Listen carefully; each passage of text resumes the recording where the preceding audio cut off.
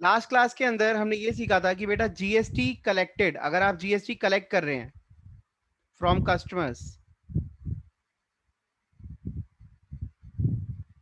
तो उसको हम बोलते हैं output GST.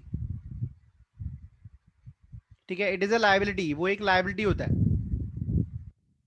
And second thing, GST paid और चार्ज बाय सप्लायर,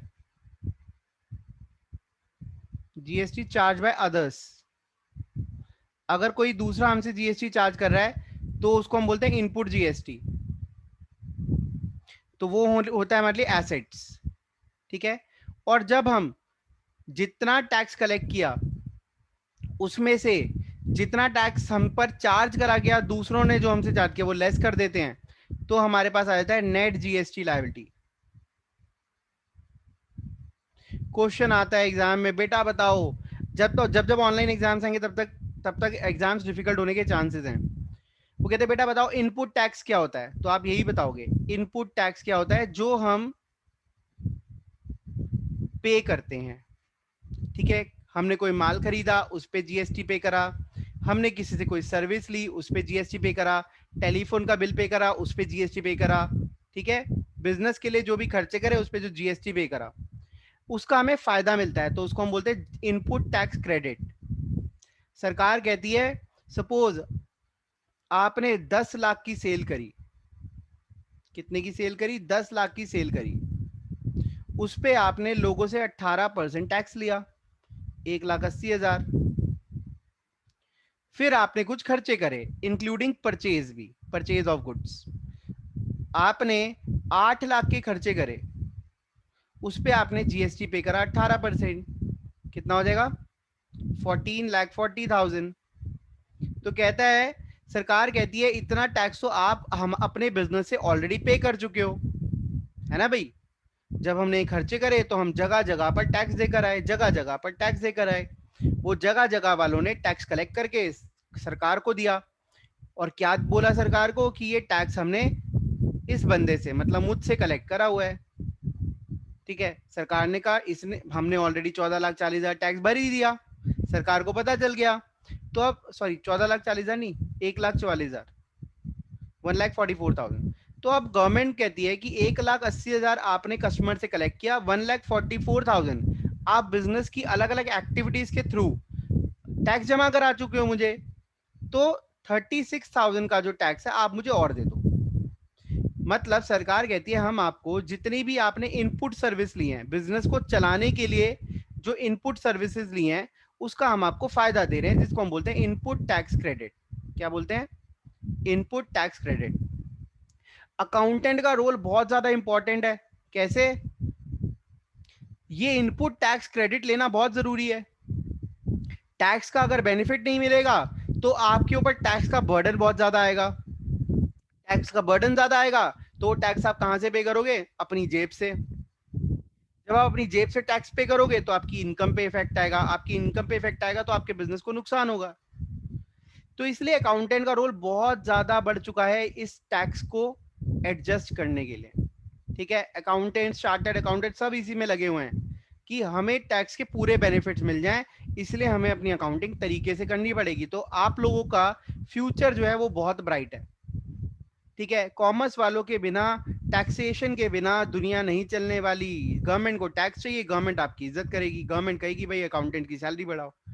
ठीक है, तो accounting is mandatory, accountant has become mandatory after implementation of GST. और पढ़ाई भी बहुत जरूरी हो गई, क्योंकि जिसने पढ़ाई करी उसी को ये बातें समझ आने वाली हैं और आपको बहुत अच्छे से आएंगी।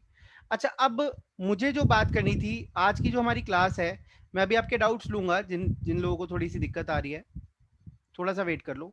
इनपुट टैक्स क्रेडिट के बारे में। ठीक है, अब इसको अप्लाई कैसे करना है, अप्लाई इनपुट टैक्स क्रेडिट, इसको अप्लाई कैसे करना है। तो इसकी एक सीक्वेंस है, देखिए।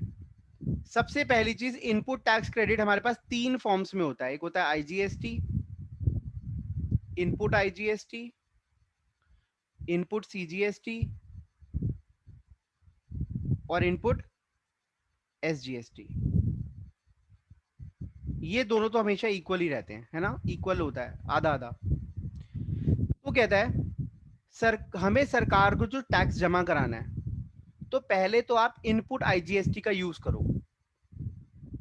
आपके पास ये टैक्स पड़ा हुआ है ना, सरकार ने आपको कहा हुआ है, इसका बेनिफिट आप ले सकते हो। कह सकते हैं एक तरह से ये टैक्स हमारे पास सेविंग हो गई, ये हम सरकार को पहले दे चुके हैं, तो सरकार इसी में से पहले हमारा टैक्स काटेगी, जो एक्स्ट्रा होगा वो हमसे लेगी सिर्फ। तो सरकार कहती है, लॉज कहते हैं कि ये जो इनपुट IGST है, सबसे पहले इससे आउटपुट IGST की पेमेंट करो।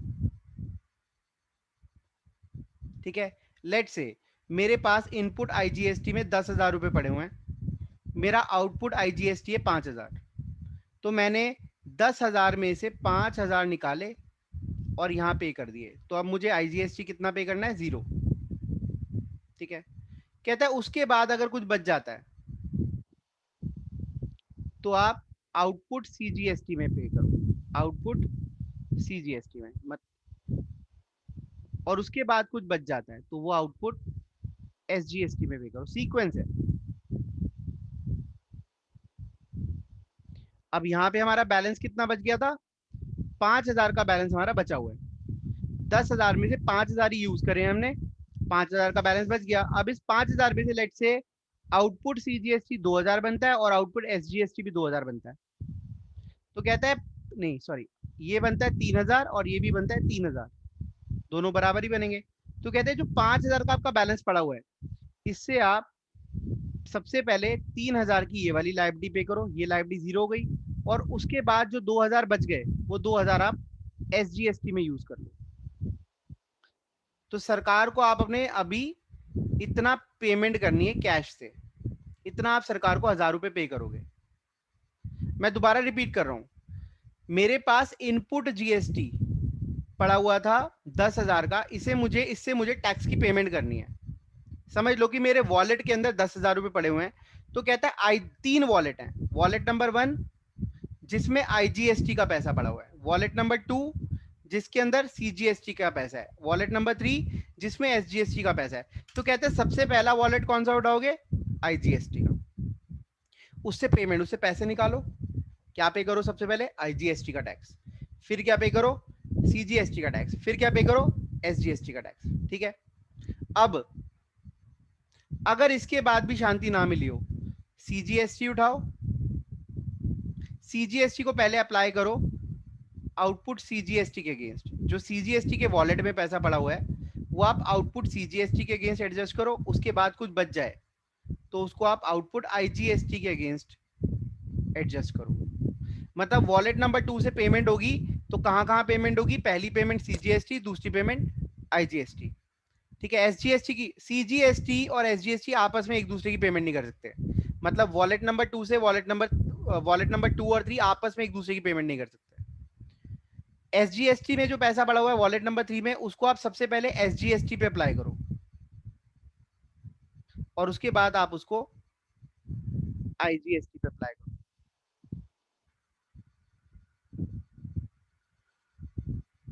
जरा दोबारा से समझे मेरे साथ, मैंने 10 लाख रुपए का माल खरीदा जिस पर GST का जो रेट है वो है 18%, प्लेस है दिल्ली, दिल्ली से माल खरीदा, दिल्ली। ठीक है, और मैंने सेल करी 12 लाख की, उस पर भी टैक्स है 18% और मैंने दिल्ली में ही माल बेचा है। ठीक है, ध्यान से समझेंगे। तो सबसे पहले हम सेल्स की बात करें, कैसे निकालते हैं टैक्स वो समझा रहा हूं। ये देखिए, आउटपुट आउटपुट टैक्स कैसे निकालेंगे, सबसे पहले हम वैल्यू लेंगे, उसके बाद देखेंगे उस पर IGST लग रहा है, CGST लग रहा है या फिर SGST लग रहा है। ठीक है, अब देखिए 10 लाख की हमने सेल करी, सॉरी 12 लाख की सेल करी, इस पर 18% टैक्स है तो ये 9% लग जाएगा, तो ये हो गया 1,08,000 और 1,08,000। आप कहोगे सर 12 लाख की चीज है, 2,16,000 तो टैक्स, ये बिल्कुल ऐसे ही होता है। ठीक है, फिर हमने परचेज करी 10 लाख की, इस पर भी क्या लगेगा, सीजीएसटी एसजीएसटी लगेगा कितना, 90,000 90,000। सबसे इजी पता क्या होता है, सबसे इजी होता है 1,08,000 में से 90,000 गया 18,000, इस 1,08,000 में से 90,000 गया, ये भी 18,000, ये पे कर दो, पे टू गवर्नमेंट। सबसे बेटर, सबसे आसान यही लगता है, लेकिन ऐसा है नहीं। ठीक है, दुख की बात है, ऐसा नहीं है। अगर ऐसा हो तो बहुत आसान हो जाता, लेकिन कई नुकसान भी हो सकते थे इससे। ठीक है, अब चलें, अब इसको कैसे अप्लाई करना है वो अब हमने समझना है।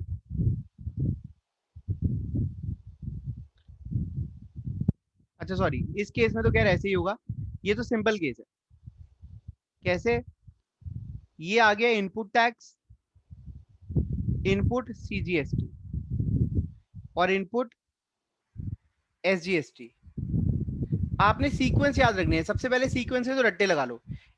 जब भी इनपुट की बात होगी, इनपुट का मतलब क्या है, वॉलेट, वॉलेट में पड़ा हुआ पैसा। ठीक है, और हमारे पास कितने वॉलेट होते हैं, 3 वॉलेट हैं। ठीक है, वॉलेट नंबर 1 2 और 3। तो बस ये सीक्वेंस तो आप मेरे लिए याद रख सकते हो ना, कि जब वॉलेट 1 से खर्चा करोगे तो पहले आईजीएसटी के लिए खर्च करोगे, फिर पैसा बचता है तो सीजीएसटी के लिए, फिर पैसा बचता है तो एसजीएसटी के लिए। IGST, CGST, SGST. जब सीजीएसटी वॉलेट में से पैसा निकालोगे तो पहले सीजीएसटी के लिए निकलेंगे अपने लिए, फिर आईजीएसटी के लिए। जब एसजीएसटी का वॉलेट यूज करोगे तो पहले सीजीएसटी के लिए और फिर आईजीएसटी के लिए। इतना याद हो सकता है, पहले इसमें मुझे हाँ या ना में आंसर दो। अब देखिए, मैंने 10 लाख का माल खरीदा, जीएसटी 18% प्लेस है पंजाब, मैंने सेल करी 18 लाख की, 18%, सॉरी, सेल मैंने करी 9 लाख की, ये करी हरियाणा में, और 9 लाख की सेल करी दिल्ली में। ठीक है, कैलकुलेट जीएसटी पेएबल। हमें जीएसटी पेएबल निकालना है। पहले मैं आपको बहुत सिंपलेस्ट वे बताऊंगा। तो जब भी आप ऐसा करें तो सबसे पहले सेल्स उठाएं, जो आपको टैक्स आपके पास आया, सेल्स की वैल्यू। ठीक है, उस पर आईजीएसटी लगना है, सीजीएसटी या एसजीएसटी, पहले तो आपने ये देखना है। तो सेल की वैल्यू कितनी है, 18 लाख, अच्छा सॉरी 18 लाख नहीं है, 9 लाख है, अलग अलग स्टेट में हुआ ना। 9 लाख की सेल करी, हरियाणा में सेल करी है ना, तो हरियाणा में सेल करोगे तो 18% आईजीएसटी लगेगा। तो ये हो गया, कितना हो जाएगा, 1,62,000। फिर एक और सेल करी, ये पहली सेल, ये दूसरी सेल, इस पे भी 18% टैक्स लगेगा, ये 9% लगेगा। तो ये आ गया 81,000। 81,000 सरकार को हमने कितना टैक्स जमा कराना है, 1,62,000 आईजीएसटी जमा कराना है, 81,000 सीजीएसटी और 81,000 एसजीएसटी, ये जमा कराना है। ठीक है जी, पहला पार्ट खत्म हो गया। नेक्स्ट, नेक्स्ट पे चलते हैं। अब हमने कुछ माल खरीदा था, वो 10 लाख का माल खरीदा था। कहाँ से माल खरीदा था, माल खरीदा था हमने पंजाब से, मतलब दिल्ली से बाहर, दिल्ली से बाहर आईजीएसटी, तो 1,80,000 ये आ गया।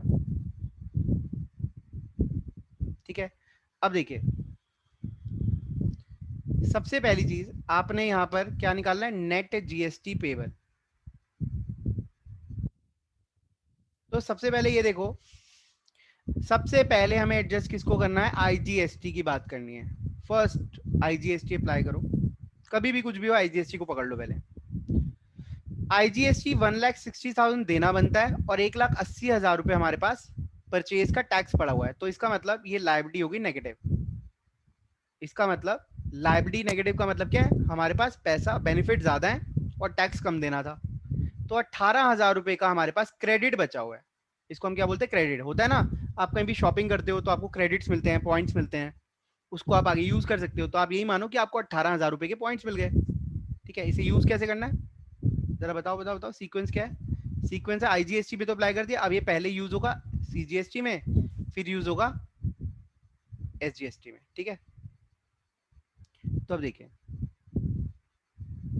पहले सबसे इजी वाली इजी बात बताए।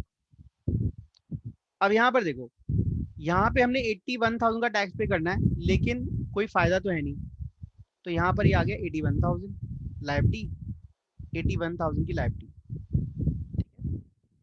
अब क्या करोगे आप, ये जो 18,000 के आपके पास बेनिफिट्स पड़े हुए हैं, ये 18,000 यहाँ यूज करोगे सबसे पहले। जब आपने 18,000 यहाँ यूज कर लिए, तो सीजीएसटी आप कितना जमा कराओगे सरकार को, कितना हो जाएगा ये 63,000। और एसजीएसटी कितना जमा कराओगे 81,000, क्योंकि 18,000 रुपए हमारे वॉलेट में पड़े थे और हमने यूज कर लिए, तो एसजीएसटी में वो यूटिलाइज हो ही नहीं सकता। तो टोटल टैक्स कितना हो गया 63 प्लस 81, 1,44,000, ये आपने पे करना है गवर्नमेंट को। क्लियर है, इसमें कोई डाउट तो पूछ लो। हाँ जी, जर्नल एंट्रीज के अंदर आपने जीएसटी की ट्रांजेक्शन समझनी है विद जीएसटी। देखिए, मैंने फिर से बताना है आपको, जीएसटी ऑन सेल्स और इनकम, इसको हम क्या बोलते हैं, आउटपुट जीएसटी। ठीक है, और ये लायबिलिटी होती है, तो जब जब आप लोगों से टैक्स कलेक्ट करोगे तो आप उसको क्रेडिट करोगे। और GST on purchase, GST on purchase और एक्सपेंस, ये होता है इनपुट जीएसटी, ये आपके लिए एसेट्स होती हैं। तो जब जब आपसे कोई जीएसटी चार्ज करेगा, आप किसी को जीएसटी पे करोगे, तो उसको आप एसेट्स में दिखाओगे, डेबिट करोगे। ठीक है, छोटा सा एग्जांपल ले रहा हूं, purchase goods worth rupees 1 lakh, GST 18% from messrs Hare Murari Delhi. ये दिल्ली का बंदा है, इससे हम क्या ले रहे हैं, माल खरीद रहे हैं 18% जीएसटी पे। अब इस ट्रांजेक्शन को आप कैसे रिकॉर्ड करेंगे, देखिए, सबसे पहले जब भी आप माल खरीदते हैं तो कौन सा अकाउंट डेबिट होता है, परचेज अकाउंट डेबिट। तो आपने जो गुड्स खरीदे हैं वो कितने के हैं, 1 लाख रुपए के, पहली चीज, टैक्स को और गुड्स को अलग रखना है। उसके बाद आपने जो भी उस पर टैक्स पे करा, उसे हमें क्या करना है, डेबिट करना है, और उसके लिए हम क्या यूज करेंगे, इनपुट टैक्स, और उसको नाम देंगे, दो पार्ट्स में डिवाइड करेंगे, एक इनपुट सीजीएसटी अकाउंट और दूसरा इनपुट एसजीएसटी अकाउंट डेबिट। कितना कितना 99%, तो ये हो जाएगा 90,000, सॉरी 9,000, 9,000। ठीक है, और क्रेडिट मैसर्स हरे मुरारी, क्योंकि हमने उधार पे माल खरीदा है, तो मैसर्स हरे मुरारी को हम क्रेडिट कर देंगे। कितने अमाउंट से हमने इसको कितना पैसा देना, 11,80,000।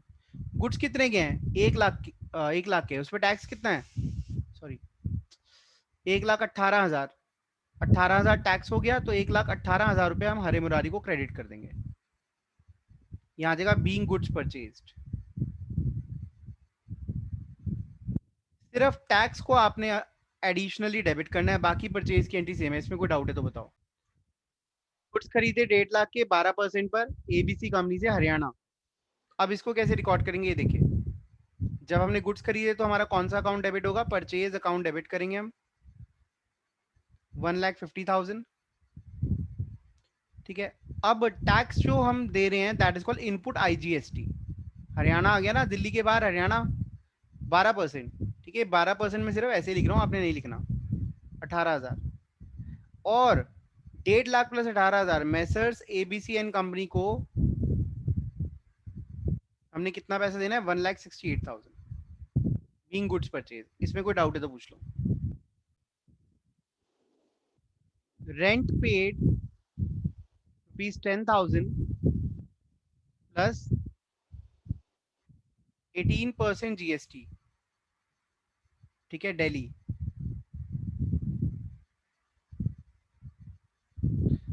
10,000 हमने रेंट पे करा है, 18% जीएसटी। आप क्या करोगे, अगेन रेंट एक खर्चा है, रेंट अकाउंट डेबिट, रेंट आपने पे करा 10,000।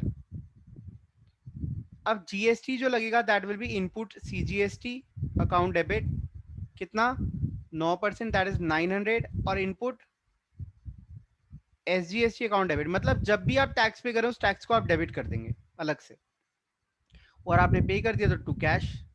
वैसे तो बैंक से एंट्री करो तो ज्यादा बेटर है, 10,000 से ऊपर बैंक से एंट्री करना ही सही रहता है। 11,800, इसमें कोई डाउट है? मतलब माल खरीदा, गुड्स खरीदे या कोई खर्चा करा, दोनों में ट्रांजेक्शन में कोई फर्क नहीं है। जीएसटी डेबिट होगा, खर्चा भी डेबिट होता है, गुड्स खरीदते हो तो परचेज अकाउंट डेबिट होता है, और कोई और खर्चा करते हो तो एक्सपेंस अकाउंट डेबिट होता है। Any doubt? Goods sold for rupees 2 lakh, GST 18% to messrs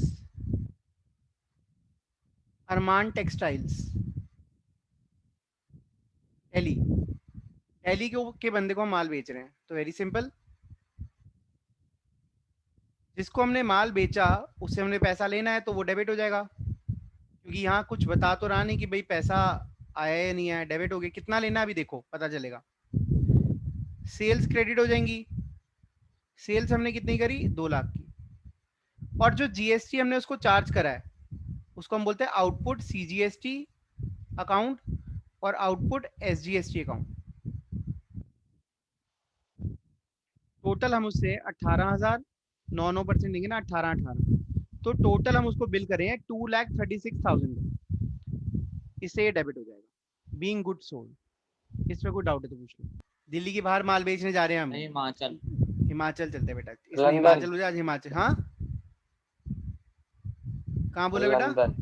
क्या बात है, लंदन। दिल्ली के बाहर लंदन ही आता है ना सिर्फ, क्या बात है बेटा, देश के बाहर नहीं बोला था बेटा। अच्छा तुम्हें एक कुछ ने ऐसा टॉपिक छेड़ दिया, इसे लंदन की बात कर दिया ना। अब लंदन जाना है तो लंदन में हम जब माल बेचेंगे तो दैट इज कॉल्ड एक्सपोर्ट, और एक्सपोर्ट पे देयर इज नो जीएसटी।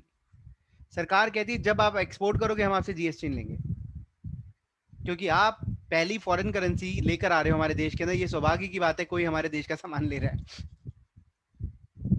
ठीक है, तो good sold for rupees 2 lakh, 3 lakh, GST 12%, 12% कर रहा हूं, to messrs Humayun, Humayun HP, HP मतलब हिमाचल प्रदेश। ठीक है, इन दैट केस एंट्रीज क्या होंगी? अब हमने हुमायूं से पैसा लेना है, मैसर्स हुमायूं से, तो मैसर्स हुमायूं डेबिट हो जाएगा। कितने से डेबिट होगा? जो हमने उसको सेल करी प्लस टैक्स का पैसा, 3 लाख की सेल करी प्लस टैक्स का पैसा कितना लेना है? आउटपुट आईजीएसटी लेना है अब इसे, या सारे टैक्स ले लें? आईजीएसटी लेंगे, ठीक है। आईजीएसटी कितना लेंगे? 12%, 3 लाख पे 12% होता है 36,000, तो टोटल हम इससे 3,36,000 लेंगे। इसमें कोई डाउट है तो पूछ लो।